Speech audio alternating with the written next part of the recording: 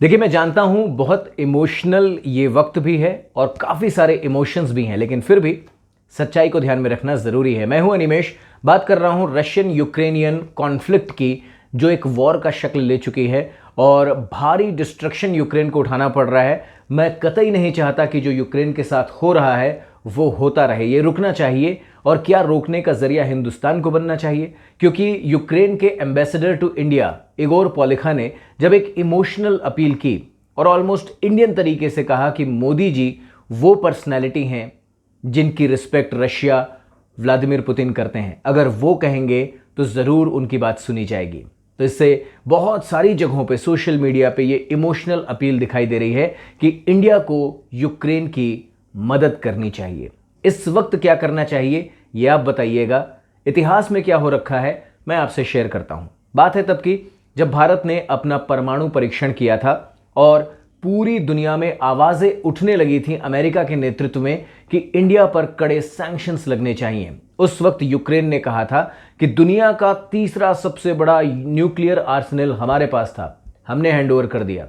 India को ऐसा नहीं करना चाहिए था, यह विश्व शांति के लिए ठीक नहीं है, कार्रवाई होनी चाहिए। एक्चुअली 1991 में जब यूएसएसआर टूट गया, यूक्रेन अलग हुआ, तो बहुत सारे न्यूक्लियर वॉरहेड यूक्रेन के हिस्से भी आए, लेकिन उनके कोड्स यूक्रेन के पास नहीं थे। और बुडापेस्ट जो एग्रीमेंट हुआ उसके चलते वो सारे न्यूक्लियर वॉरहेड यूक्रेन ने रशिया को वापस हैंडओवर कर दिए। उसके अलावा जब यूक्रेन ने यह तय किया कि वो पाकिस्तान को T-80UD टैंक्स देगा, इंडिया ने मना किया था, कहा था कि पाकिस्तान एक टेरर को स्पॉन्सर करने वाली कंट्री है, उसे ये वेपन मत दीजिए। यूक्रेन नहीं माना। तो ये क्या सब इतिहास में ही हो रखा है? जी नहीं, रिसेंटली उन्हीं T-80UD टैंक्स को मॉडर्नाइज किया है यूक्रेन ने, और इंडिया ने यहां पर भी मना किया था। वो देश including NATO countries, European countries and America, जिन्होंने यूक्रेन से प्रॉमिस किया था कि वो उसकी मदद करेंगे, वो मदद नहीं कर रहे हैं। वो देश जिसको वेपन बेचे थे यूक्रेन ने, पाकिस्तान, जिसके पास T-80UD टैंक है, इमरान खान रशिया में बैठे हुए हैं आज के दिन और वहां पर रशिया के सपोर्ट की बात कर रहे हैं।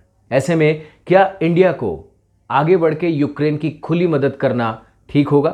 क्या यह हमारी फॉरेन पॉलिसी के लिहाज से ठीक होगा?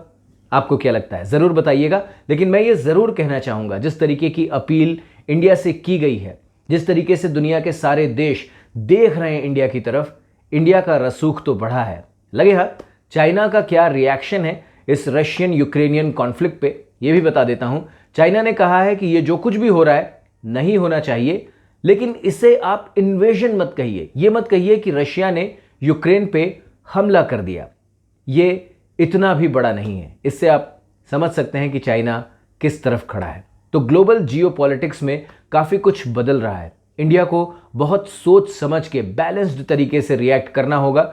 रशिया हमेशा हमारे साथ खड़ा रहा है।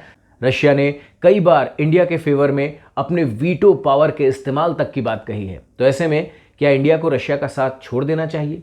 क्या वो बैलेंस्ड तरीका हो सकता है जो इंडिया आज तक अपनाता आया है कि इंडिया अमेरिका का भी बिजनेस पार्टनर है और रशिया का भी बिजनेस पार्टनर है? दोस्त शब्द का यूज मैं जानबूझकर नहीं कर रहा हूं, क्योंकि इस बिजनेस वर्ल्ड में जहां हर कोई अपना हित देख रहा है, ट्रस्ट मी, दोस्ती जैसा कुछ नहीं होता।